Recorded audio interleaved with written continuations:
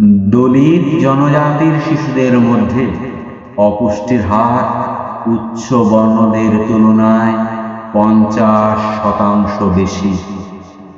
এই তথ্য আবার দেখিয়ে দিল যে এক ভারতের মধ্যে বসবাস করে একাধিক দেশ। এক্ষেত্রে কথাটা আক্ষরিক অর্থেই বলা চলে, কারণ সাহারা মরুভূমির দক্ষিণের দেশগুলি অর্থাৎ আফ্রিকার দরিদ্রতম দেশগুলির সঙ্গে ভারতের পুষ্টি চিত্রের তুলনা করে একটি প্রশ্ন দীর্ঘদিন সকলকে ভাবিয়েছে।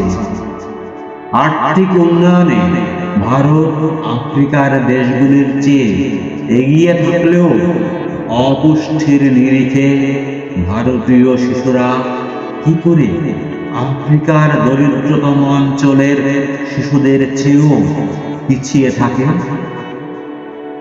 শিশুদের দীর্ঘমেয়াদী অপুষ্টির প্রকাশ স্টান্টিং অর্থাৎ শিশুর বয়সের গড় উচ্চতার তুলনায় সর্বাকৃতি। এই স্টান্টিং এর হার সাহারার দক্ষিণের 19টি দেশের শিশুদের মধ্যে 34%, অথচ ভারতে 36%। সম্প্রতি 2019 সাল থেকে 2021 সাল জাতীয় পরিবার স্বাস্থ্য সমীক্ষার পরিসংখ্যানকে জাতির ভিত্তিতে বিশ্লেষণ করে দুই গবেষক দেখিয়েছেন, বিকশিত ভারতের মধ্যে রয়েছে আফ্রিকার অনুন্নত দেশগুলির চেয়েও দরিদ্র এক জনসমাজ, যার আদিবাসীরা তপশিলি জাতি ও জনজাতির মানুষ। 21 শতকের 2 দশক পার করেও যে জাতিগত পরিচিতি ভারতের শিশুদের ভাগ্য নির্ধারণ করে দিচ্ছে, তা আবারও একবার স্পষ্ট হয়ে গেল।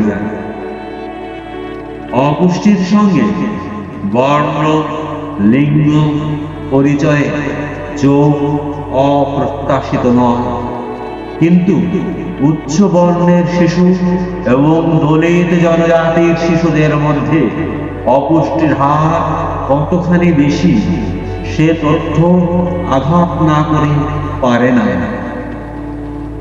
ভারতের উচ্চ বর্ণ শিশুদের তুলনায় সাহারার দক্ষিণের দেশগুলির শিশুদের স্টান্টিং এর শিকার হওয়ার সম্ভাবনা 20% বেশি। যেখানে দলিত জনজাতিদের সন্তানদের ক্ষেত্রে সেই সম্ভাবনা আফ্রিকার শিশুদের চেয়েও অনেক বেশি। দুটি দেশের মধ্যে যত পার্থক্য, তার চাইতে বেশি দূরত্ব ভারতের সমাজের দুই অংশের মধ্যে। ভারতে আর্থ-সামাজিক বৈষম্য যে এখনো প্রধানত জাতিগত ধারাতেই প্রভাবিত হচ্ছে, সে বিষয়ে সংশয় নেই। শিক্ষার স্তর, জমির মালিকানা, কর্মনিযুক্তির সুযোগ, ব্যবসায় রোজগারের অঙ্ক, এসব কিছুর সঙ্গেই জাতি পরিচিতির ঘনিষ্ঠ যোগ রয়েছে। গত কয়েক দশকে নানা সমীক্ষায় তা প্রকাশিত হয়েছে। দলিত জনজাতির মধ্যে দারিদ্র্য তীব্র, তপশিলি জনজাতির 2 জনে 1 জন, তপশিলি জাতির 3 জনে 1 জন দারিদ্র্য সীমার নিচে বসবাস করে। পাশাপাশি দলিত জনজাতির উপরে হিংসার ঘটনাও সমানে ঘটে চলেছে। তাদের প্রতি বিদ্বেষ স্থান পাচ্ছে দলীয় রাজনীতির প্রচারেও। 2014 সালের একটি সমীক্ষা দেখিয়েছিল যে 4 জন ভারতীয়র মধ্যে 1 জন এখনো কোনো না কোনো জনগোষ্ঠীকে অচ্ছুত বলে মনে করেন। পাশাপাশি রয়েছে বিভিন্ন সরকারি নীতির ব্যর্থতার আক্ষেপ। শ্রেণী, বর্ণ, লিঙ্গ নির্বিশেষে সব ভারতীয় শিশুর জন্য সমান সুযোগ তৈরি করতে ভারত সরকার দায়বদ্ধ। এই উদ্দেশ্যে খাদ্যের অধিকার, শিক্ষার অধিকার এর মতো আইন পাশ করেছে ভারত। তা সত্ত্বেও দরিদ্র প্রান্তিক শিশুদের মধ্যে ক্ষুধা ও অপুষ্টির প্রকোপ হ্রাস পাওয়ার প্রবণতা দেখা যাচ্ছে না। একের পর এক সমীক্ষায় তা প্রমাণিত।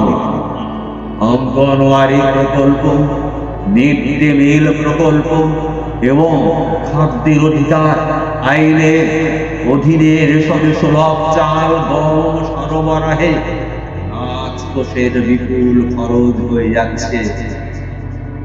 অথচ দলিত জনজাতির শিশুদের স্বাস্থ্যচিত্রে পরিবর্তন হচ্ছে না। এর অন্যতম কারণ প্রকল্পগুলির দুর্বলতা। অঙ্গনওয়াড়ি কেন্দ্রের খাবার, মিড ডে মিলের খাদ্যের পুষ্টিগুণ নিয়ে, বিশেষত প্রোটিনের স্বল্পতা নিয়ে অসন্তোষ আদালত অবধি গড়িয়েছে। কিন্তু সরকারি বরাদ্দ সুষম পুষ্টির উপযোগী হয়নি। এই কার্পণ্যের ফল আবারও প্রতিফলিত হলো অর্থনীতির দুই গবেষকের বিশ্লেষণে। Journal of economics, race and policy পত্রিকায় প্রকাশিত এই বিশ্লেষণ আরো একবার জাতিগত বৈষম্যের ঊর্ধ্বে উঠে সব শিশুর অধিকারের সুরক্ষায় তৎপর হওয়ার প্রয়োজনে জোর দিল।